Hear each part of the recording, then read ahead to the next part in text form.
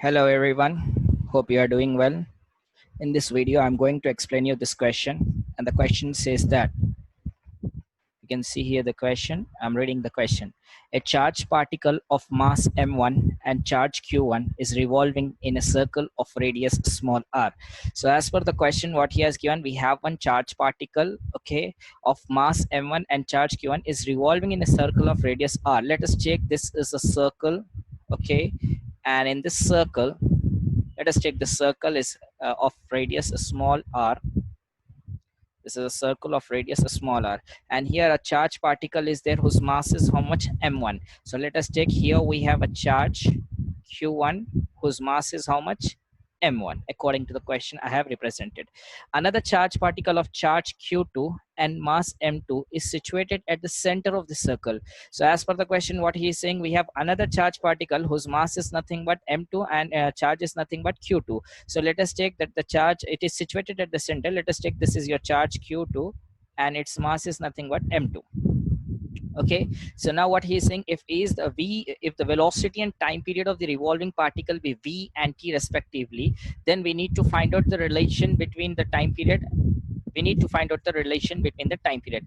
Then t is equals to, according to the question, we need to find out the time period here. Okay, so now what I'm going to do is basically I'm going to use the basic part here. So as per the question what we will do, the first thing is, here we have a charge q1 and here the charge q2. Okay, so these two charges will exhibit an electrostatic force, that to attractive, when this charge is q1 is moving in the straight direction. Okay, so I'm drawing here, you can see here, if it is going in this direction, that means it is going in a circular path. It exhibit, there will be a two types of forces. One is nothing but the electrostatic forces acting right from the center, and the force which is acting from charge q1 to q2 towards the center is nothing but your centripetal force. So I can overcome, I can say directly that the electrostatic force will be equal to the centripetal force, okay, as per the diagram. So now what is this electrostatic force? I can say that electrostatic force is equals to 1 by 4 pi epsilon naught, as you know the formula, 1 by 4 pi epsilon naught into, we have two charges, that is q1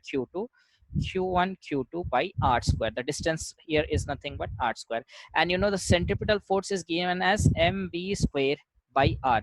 You need to equate both the terms so that you will get here, as we will take this as equation 1, and we'll take this part as equation 2, and we'll take this part as equation 3. And now I'm going to substitute equation 2 and equation 3 in equation 1. So when I'm substituting these equations, okay, when I'm substituting these equations, so we'll get the value here. Let us take this part here, I'm writing here, that is 1 by 4 pi epsilon naught into q1 q2 by r square is equals to directly mb square by r.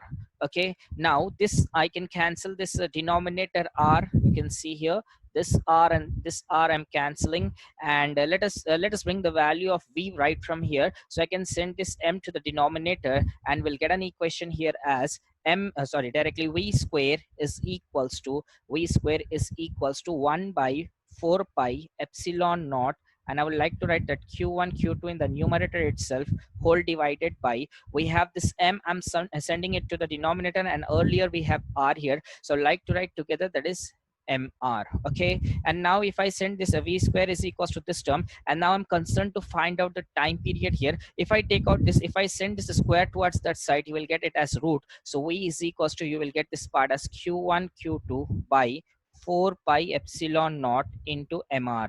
Okay, now I would like to find out the time period. So time period is the formula for the time period can be taken as t is equals to 2 pi by omega, right or wrong?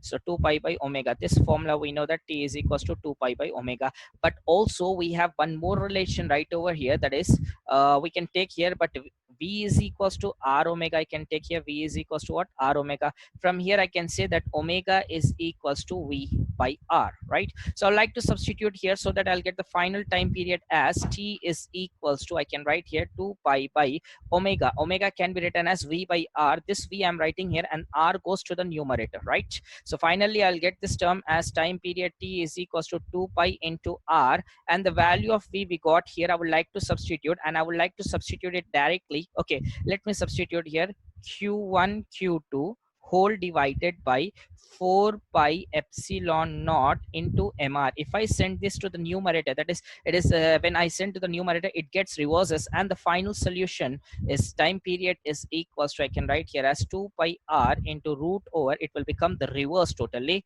that is 4 pi epsilon naught into mr whole divided by q1 q2. So this is what the final time period. So this is the final time period here, and hence this is the solution for the question. This is your final answer for the question. Hope you understood this question. Thank you.